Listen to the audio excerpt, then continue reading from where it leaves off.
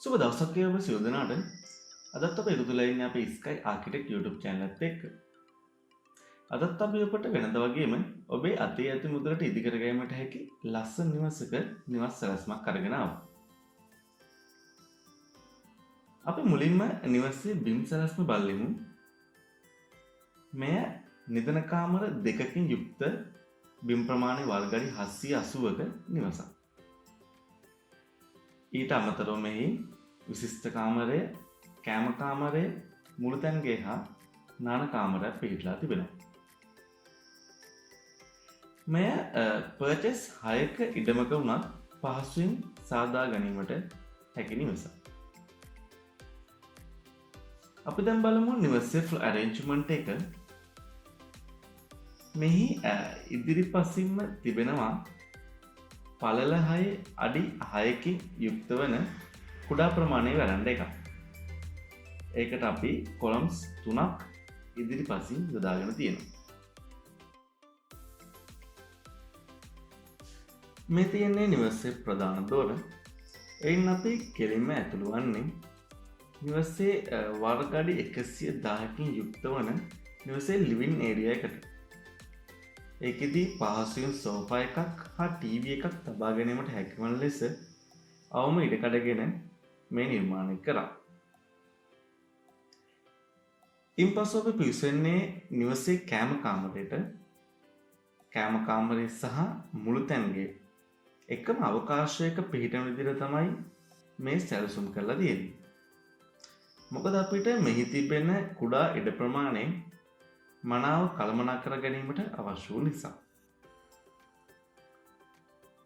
මෙතන තියෙනවා නිවසේ නාන කාමරය. ඒ වර්ග අඩි 30කින් සමන්විත වේ.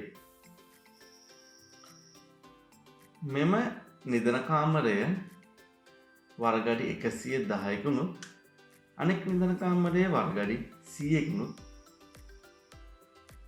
සමන්විත වෙනවා. මේ විදිහට තමයි නිවසේ බිම් සැලැස්ම සකස් වෙලා තියෙන්නේ. අපි දැන් බලමු නිවසේ ත්‍රිමාණ සැලැස්ම හා එහි වහලේ නිර්මාණය වෙලා තියෙන විදිහ.